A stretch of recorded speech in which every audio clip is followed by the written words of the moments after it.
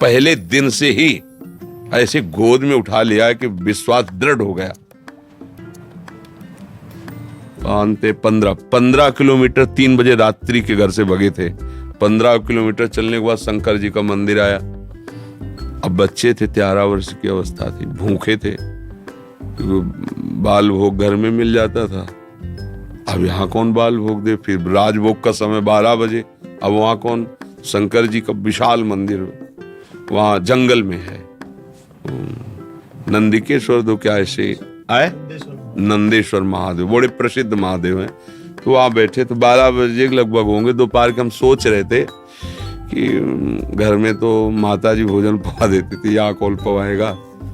बहुत प्रश्न मन में परेशान कर दिए। 15 किलोमीटर चलते चलते कहाँ रहोगे, जहाँ भगवान रखेंगे। कैसे रहोगे, अब जैसे भगवान रखेंगे। अरे तुम किसी को जानते नहीं हो। नहीं नहीं, भगवान जैसे रखे, मरूंगा वापस नहीं लौटूंगा, बस भगवान का भजन करूं, ये दृढ़ निश्चय था। प्राण त्याग दूंगा पर घर वापस नहीं जाऊंगा। जब निकला हूं तो भगवत प्राप्ति करके ही बात बनेगी, अब ऐसे नहीं। दोपहर तक इतना मन परेशान कर दिया कि लगा कि अब होगा क्या यदि ऐसा जलन होती रही, अशांति, और मतलब व्यवस्था में पला मन। अभी बच्चे ही थे, कोई इतना ज्ञान विज्ञान तो था नहीं कि उसके मन को काट सके। तो परेशान हुए। इतने में एक आदमी आया, तो कहा, ए बच्चा, यहाँ एक सूरदास स्वामी रहते थे, वो उनकी कुटिया में ताला लगा, कहीं गए हैं क्या? तो हम कहा, हमें नहीं पता, हम तो आज ही सुबह आए हुए हैं। सुनो, एक कमंडल में दही लाए थे उनके लिए, अब वो है नहीं, हम घर वापस नहीं ले जाए, तुम पी लो। पहले दिन नहीं नहीं नहीं, उनका पी लो ना, हम तो लाए ही इसीलिए। और गांव के दूधगढ़वा में जो दही जब आया, लाल लाल दही, एकदम मलाई पड़ा और मीठा, और लीटर 1.25 लीटर दही।